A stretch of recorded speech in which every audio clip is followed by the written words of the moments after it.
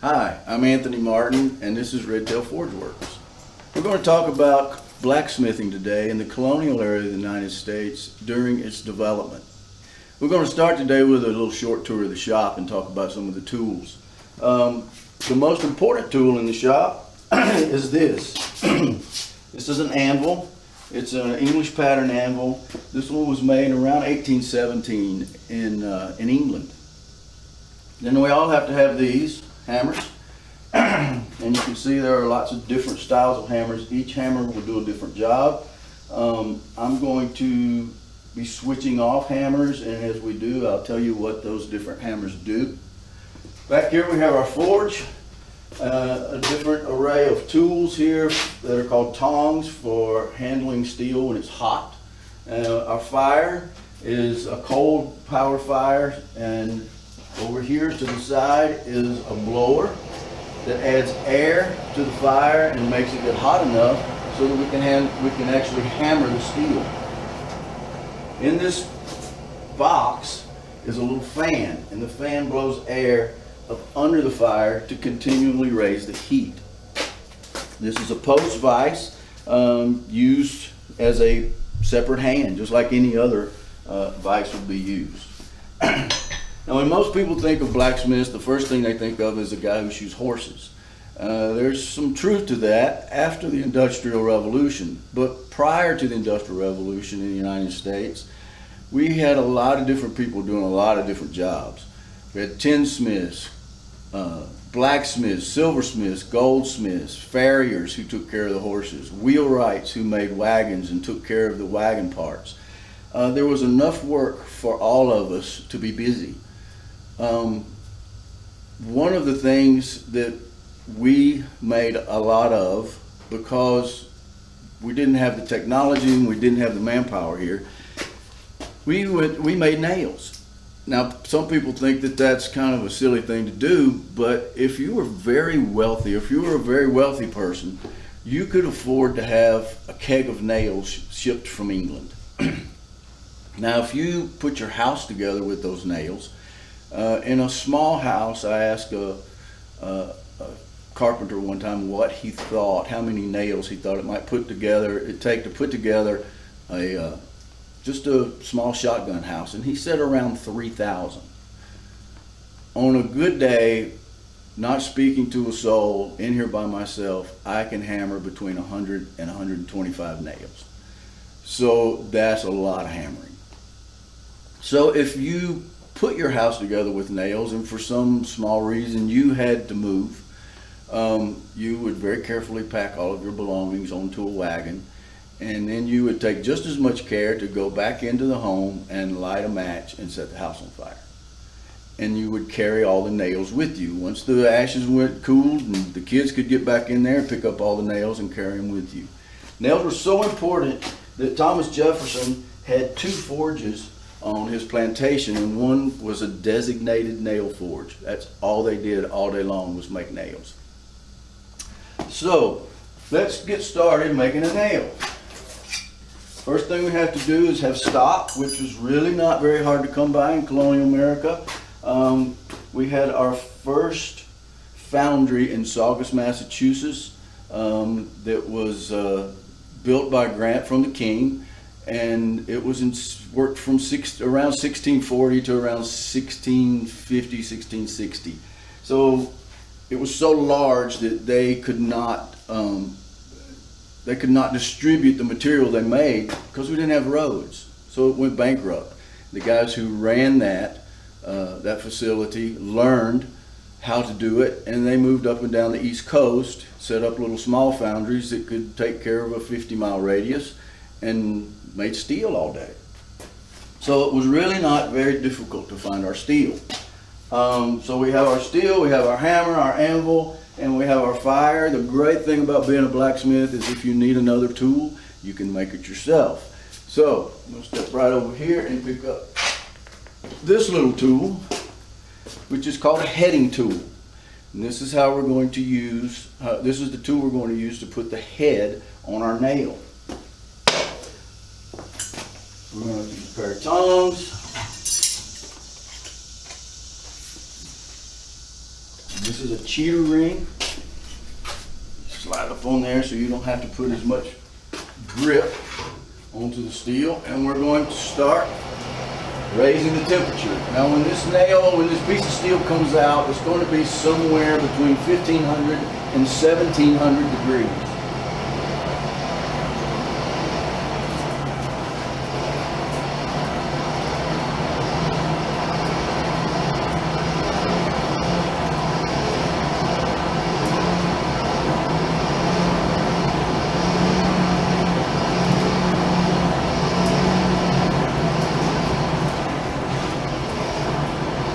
Blacksmiths did not just make nails. A lot of times that job was reserved for children. The first thing I'm going to do is put a shoulder on this.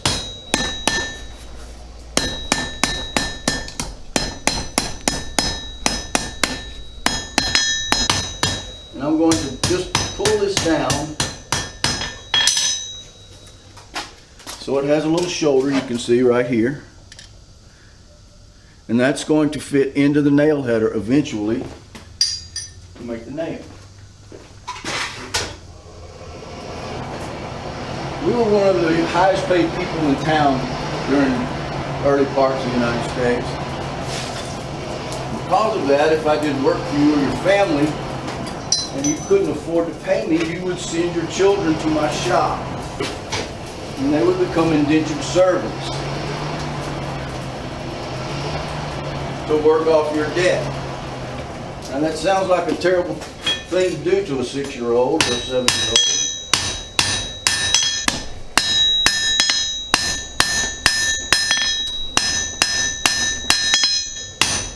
But times were different. And if you think about it, you're actually sending them to college.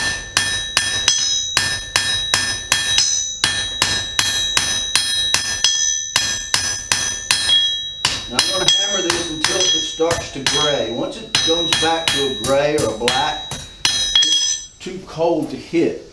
And if I keep hammering it, it'll cause the steel to split.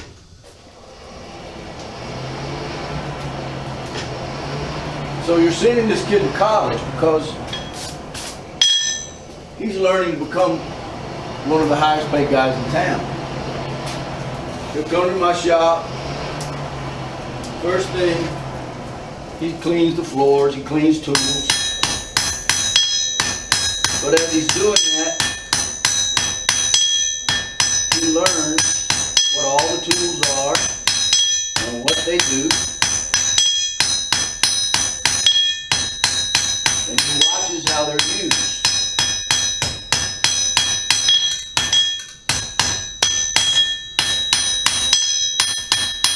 He's a pretty sharp kid. He'll move quickly into straightening nails and then making nails. What I'm doing now is called drawing a taper. Just about everything I make, from home hardware and tools, knives, cooking utensils, almost everything requires drawing a taper. So we draw these tapers square so that you can see how they lay. You don't want fat parts or skinny parts. You want everything to be nice and evenly spaced. And it has to fit into this nail header. And it won't quite make it all the way up to the shoulder, so I have to hammer some more from this part up.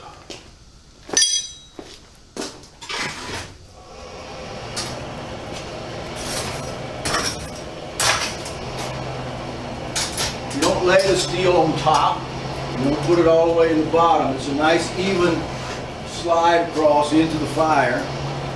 If the steel's laying on top of the fire, it's losing heat at the same time it's taking in heat, so it will never get hot enough.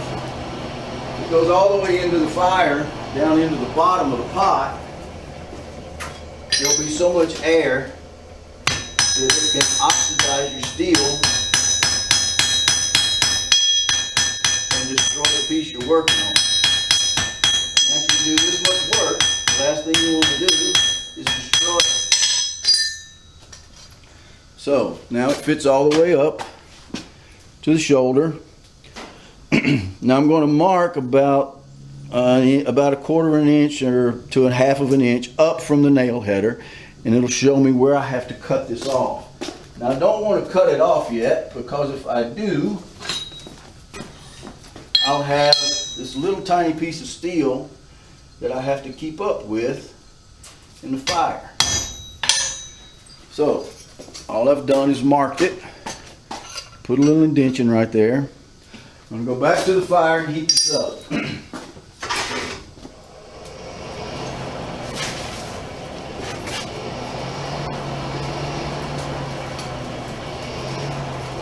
Now the next time I come to the anvil, I'm going to almost cut the nail off of the stalk.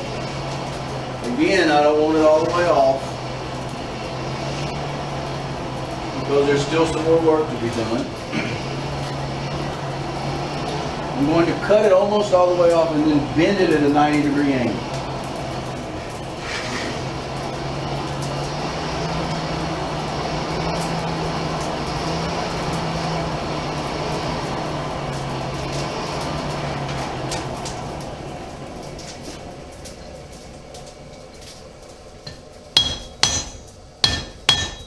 This tool that I'm using now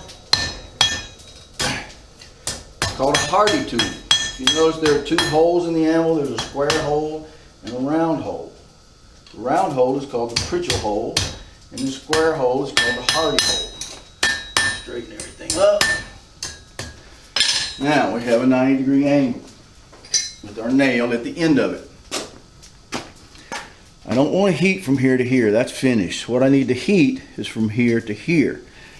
When it comes out of the fire the next time, I'm going to break it off into the nail header instead of cutting it. And I'm sure most of you, or a lot of you, have heard the term strike while the iron's hot, and this is where it comes from the blacksmith shop. I'm going to clean off my anvil again. Back into the fire. Now it's going to go in point up. If it goes in point down, this is going to get so hot so fast that it'll burn away and destroy your piece.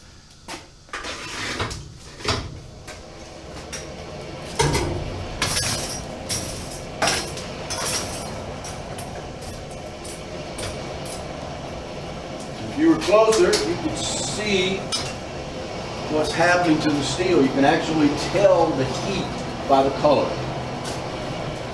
And once this piece of steel fades into the background of the coals underneath it, I'm going to pull it out, break it off, and make the nail head.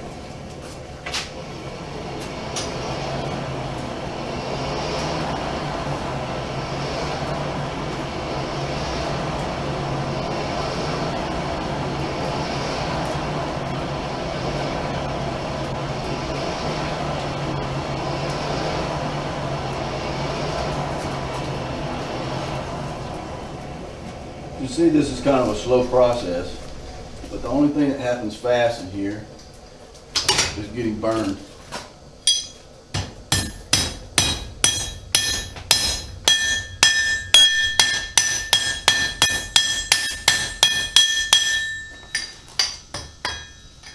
I'm going to straighten it, cool it, and that's just water, which dissipates the heat very quickly, as opposed to oil, which is a much slower process. Now I'm just going to wipe this off. And as I spin it, you can see that it has a little bit of a pattern to the steel on top. I don't know for sure, but I imagine the first guy who made one of these took it in and showed it to his wife, and she said, "Wow, that looks like flower petals." So that earned this nail its name of a rose head nail. And this is what kids would do all day long. Well, thank you guys for watching our video today.